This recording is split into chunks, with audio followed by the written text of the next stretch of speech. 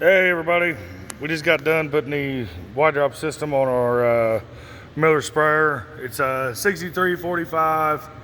It's a 16, 17 model, something like that. The directions with it were absolutely horrible, and it took us several tries of doing it to get it figured out, and I couldn't really find any videos online, so I want to go ahead and give you guys some tips and tricks and whatnot if you're having to go through this mess too.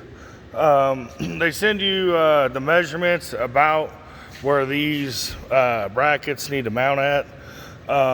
Basically kind of get them close, but don't worry about where they're at. On this one end here, there's like several feet that stick out, and actually we went, this very outside one, we moved it in quite a bit, like a good foot or so. That way it's right next to this last bracket, and then it gets it out of the way of our nozzles on the back, so we're not spraying on it. The direction of these things, whether they're this way or on this side, really doesn't matter. Kind of dependent on your nozzles on the back. It's kind of how we did it. Something else we're gonna probably do is take these junk little set screws out. We're actually gonna drill a hole through there and pin it. That way, if we want to take it off, we can. Some of those U-bolts in places are very long, so we end up taking a 9/16 socket and modifying it, making an extra long socket. We just held this about 3 inches back right here. It works all right. It gets kind of close to the tires in some places, but not too big a deal. But they do give you the measurements about where these U-bolts need to go. And it's just U-bolt goes from the top, and then this triangle plate here. Then these on, there's two of these. One goes front, one back. The U-bolt goes through the one hole here. The carriage bolt goes through the front hole, and then we kind of pulled them all forward. And then, yeah, that's how it goes. And this rod here, the short rods slide into those. And then up here, the center boom is kind of confusing. These can go on the center boom part pretty much wherever you want them at. There were some holes here, so we stuck them in there, just kind of help hold it all in place. Bracket top and bottom, which direction they're angled really doesn't matter. We just did it on a way to help get it out of the way of some hoses and stuff. Top bracket, 2 bolts through. There's a spacer plate right here. All that spacer plate does is make, there's a little lid of a lip right here where there's a plate and a weld. It just makes up the gap for that. So that's where that spacer plate actually goes. There's a single hole in the front of it here for that bolt. There's a couple other holes, but we didn't use those. I don't think you actually need them. I don't think it matters very much. And then bottom plate here, then the bracket for the pipe. It wasn't too bad. We were gonna cut a couple foot off the end of it. And then, another thing we did, these right here, we got the magnetic breakaways. There's a lip where this thing is welded together at in here. Right in there, you can kind of see it, like a ledge there. And it makes it absolutely horrible to try and push the wide drops in.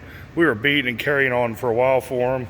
And finally I went, it's kind of an odd size, but I got an inch and a 64th drill bit. I actually had one. A 32nd, inch and 32nd, maybe inch and 16th might work too.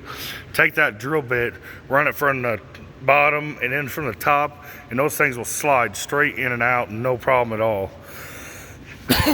That made our lives a lot easier.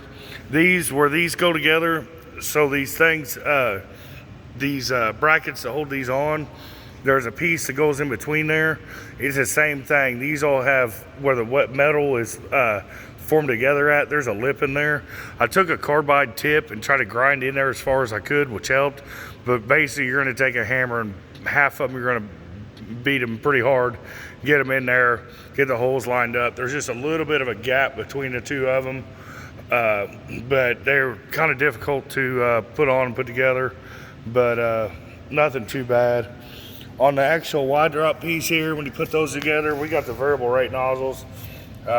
Not too bad. These screws here, there's one right here, one here, and then 2 up top. They're kind of in the back. They said he put them with a screwdriver. Go grab your impact gun and just set it on the lowest setting, or you'll be there for years with a screwdriver.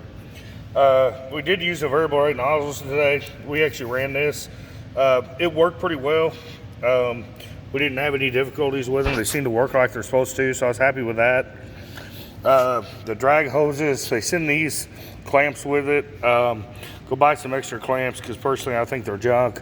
In no time they'll be, they ain't gonna be good. This is just hydraulic hose here. You kind of aim them whatever direction. We had them several different ways, some of them going out, some of them going in like that. Couldn't really see much of a difference going through the field. They kind of make their way how they need to be in the field. These poles, that all went in there, that wasn't too bad. It goes up through the risers here and all that. On the center 5 hoses, you can tell they're longer. The connector down here is actually a little bit bigger. It still goes in the same, but that's how you can kind of tell those apart. Trying to think if there's anything else here. You got to see here, like some of these, we're probably going to put some drops on these nozzles, or these, like here, there's a gusset, so we can't move it over. So this, we're going to put some drop on our nozzles to get a spray pattern around it. And that's what some of these, we moved them away from where they said they should be, kind of like this, just to center them up between the nozzles, so the spray will be better on it. I think that's about it.